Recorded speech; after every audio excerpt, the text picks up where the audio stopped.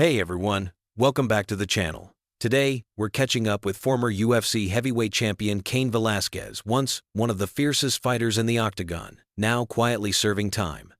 So, where is Cain Velasquez now? Let's break it all down. Cain Velasquez won hearts as a relentless and dominant two-time UFC heavyweight champion, known for his explosive style, elite wrestling, and unmatched cardio. Later, he ventured into pro wrestling, but in 2022, his life took a dramatic turn with a legal scandal that fetched national attention. In February 2022, Cain was involved in a high-speed car chase and firing into a vehicle carrying a man accused of molesting his son. Although his intended target was unharmed, the man's stepfather was injured during the incident. In August 2024, Cain pleaded no contest to charges including attempted murder and felony assault. Where is Cain Velasquez now?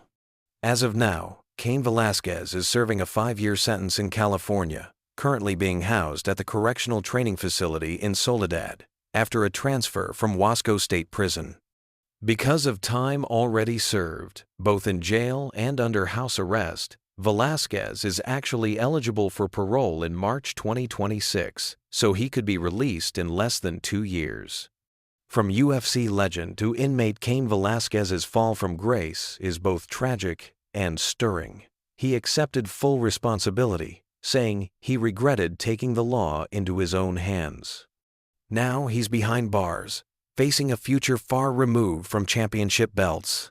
What do you think? Should he be eligible for early parole? Or must he serve more time? Drop your thoughts in the comments. If you found this update compelling, don't forget to like, subscribe, and turn on notifications for more Where Are They Now deep dives. Until next time, stay informed and take care.